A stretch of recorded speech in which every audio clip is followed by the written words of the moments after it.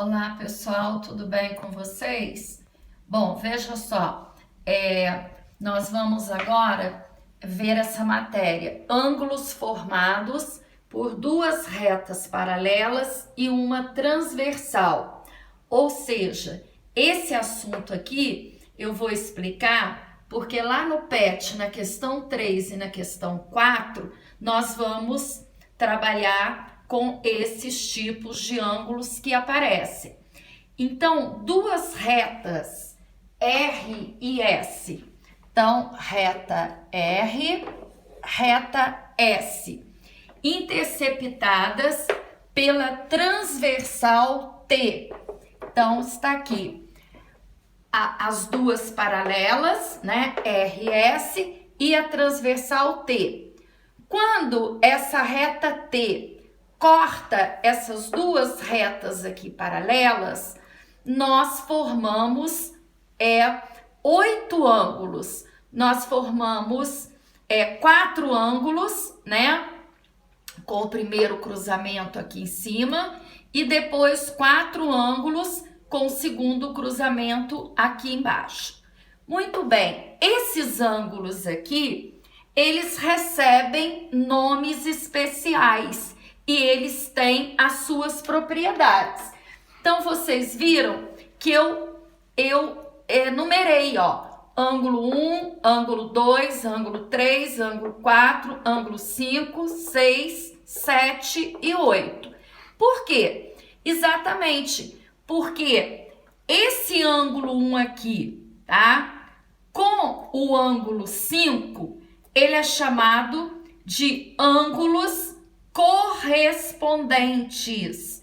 Significa que eles estão do mesmo lado, porém, um ângulo é externo e o outro ângulo é interno. O ângulo 4 e o ângulo 8 também são correspondentes. Se nós temos ângulos correspondentes do lado direito da transversal, do lado esquerdo nós também vamos ter esses ângulos correspondentes. O ângulo 2 e o ângulo 6 são correspondentes. O ângulo 3 e o ângulo 7 também são correspondentes. E o que significa eles serem correspondentes? Significa que eles são congruentes, ou seja, eles têm a mesma medida, tá? Depois nós vamos encontrar os ângulos colaterais, internos e externos. Colateral quer dizer do mesmo lado da transversal. Então, interno, eles estão dentro das retas paralelas. Externos, eles estão fora. Então, veja só, o ângulo 1 e o ângulo 8, eles são chamados de colaterais externos. O ângulo 4 e o ângulo 5, eles são chamados de colaterais internos. Do lado esquerdo, o ângulo 2 e o ângulo 7 são colaterais externos. O ângulo 3 e o ângulo 6, colaterais internos. Os ângulos colaterais, eles são suplementares, ou seja, eles somam 180 graus. E temos os ângulos alternos internos e alternos externos. Então, alternos, um está do lado direito, o outro do lado esquerdo. Então, veja só,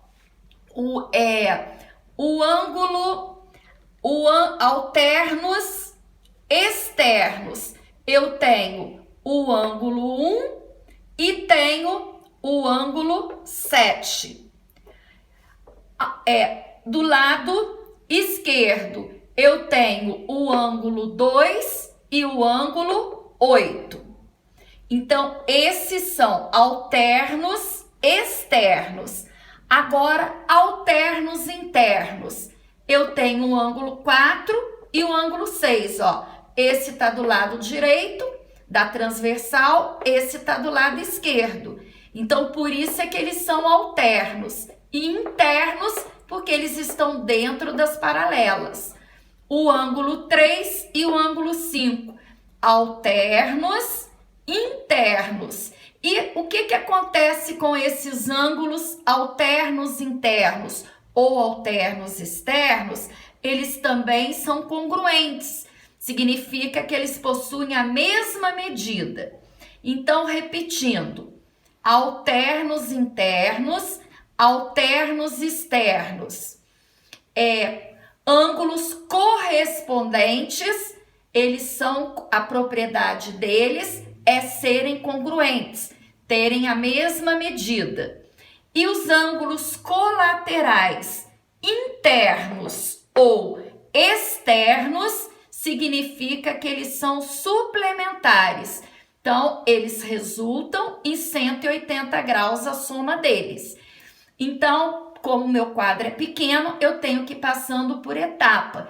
Eu expliquei aqui, então, a posição dos ângulos. Agora, eu vou escrevê-los aqui para vocês entenderem direitinho, ok?